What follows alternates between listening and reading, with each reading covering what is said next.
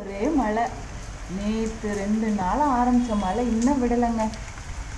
வெளியில் போய் ஒரு பொருளும் வாங்க முடியல. சரி, நாங்கள் வாங்கின மஷ்ரூம் இருந்துச்சா, சரி இந்த மழைக்கு மஷ்ரூம் பிரியாணி செஞ்சால் நல்லாயிருக்கும், சூடாக சாப்பிட்லான்னு சொல்லிட்டு மஷ்ரூம் பிரியாணி செய்ய போகிறோம். வாங்க பார்க்கலாம்.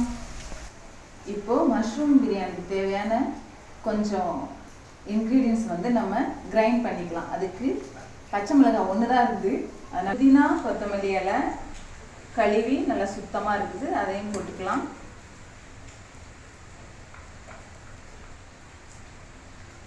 இதுக்கு பதிலாக அதோட பேஸ்ட்டு கொஞ்சம் ஆட் பண்ணிக்கலாம். தக்காளி கிரைண்ட் பண்ணால் தான் எங்களுக்கு பிடிக்கும், ஸோ கிரைண்ட் பண்ணிக்கலாம்.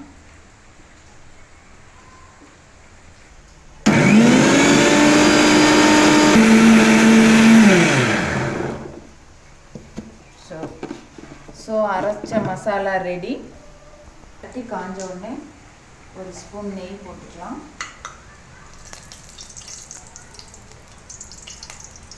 அதுக்கப்புறம் கொஞ்சம் டேஸ்ட்டுக்காக முந்திரி பருப்பு கொஞ்சம் ஆட் பண்ணிக்கிறேன்.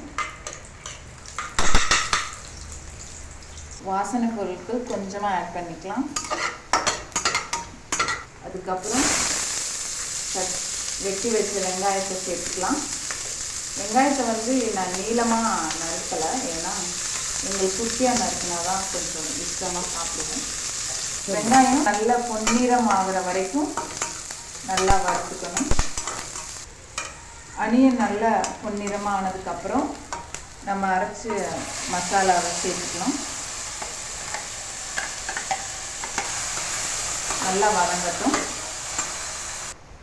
தேவையான அளவு உப்பு போட்டுக்கோங்க. நான் எப்பவும் கல் உப்பு தான் யூஸ் பண்ணுவேன், ஏன்னா கல் உப்பு ரொம்ப நல்லது. மசாலா கொஞ்சம் வெந்ததுக்கப்புறம் கொஞ்சம் மஞ்சள்தூள், தனியா பவுடர்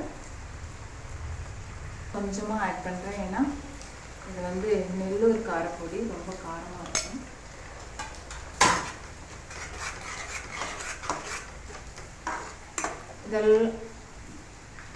இதெல்லாம் வெந்துட்டு நல்லா இதோடவே நம்ம மஷ்ரூமே ஆட் பண்ணிக்கலாம்.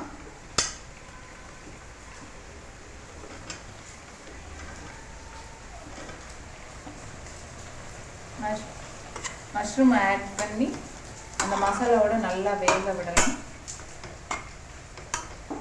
கொஞ்ச நேரம் மூடி போட்டு கொஞ்சம் வேக வைக்கலாம், ஏன்னா அப்போ தான் அந்த மஷ்ரூம் டேஸ்ட் நல்லாயிருக்கும். கொஞ்ச நேரம் மஷ்ரூம் நல்லா மசாலாவில் வெந்துருச்சு. இப்போ நம்ம ரைஸ் போட்டுடலாம்.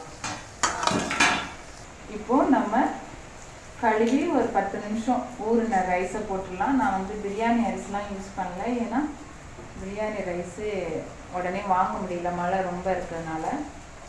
ஸோ எப்போது நம்ம சாப்பிட்ற ரைஸ் தான் யூஸ் பண்ணுறோம். தண்ணி நான் இதிலே அளந்து வச்சுருக்கேன். ஒரு வழக்குக்கு 2 கிளாஸ் தண்ணி, 2 வழக்கு தண்ணி. கொஞ்சம் நேரம் தண்ணி ஊற்றுறதுக்கு முன்னாடி மிக்ஸ் பண்ணிவிட்டு, அதுக்கப்புறம் நான் ஏற்கனவே அளந்து வச்சுருக்கனால தண்ணியை அப்படியே ஊற்றிடலாம்.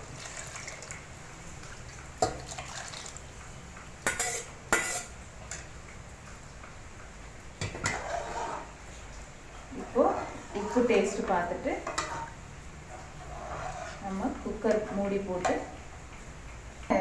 தயிர் இல்லாதனால மழைனால வாங்க முடியாதனால நம்ம கொஞ்சம் லைம் யூஸ் பண்ணிக்கலாம். தயிருக்கு பதிலாக கொஞ்சம் லைம். இப்போது கடைசியாக உப்பு இருக்கான்னு டேஸ்ட் பண்ணிவிட்டு, உப்பு இல்லைன்னா கொஞ்சம் தேவையான அளவு போட்டுட்டு நம்ம குக்கர் மூடி போட்டு 3 விசில் வர்ற வரைக்கும் நம்ம வேக வைக்கலாம். ஸோ நான் 2 விசில் சொல்லியிருந்தேன், 3 விசில் சொல்லியிருந்தேன், ஆனால் 2 விசில் தான் வச்சோம். So mushroom biryani ready.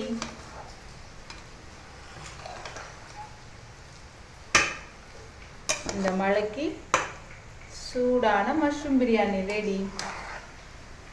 கொஞ்சம் கொத்தமல்லி தழை தூவி எல்லாருக்கும் பரிமாறலாம். தேங்க்ஸ் ஃபார் வாட்சிங்.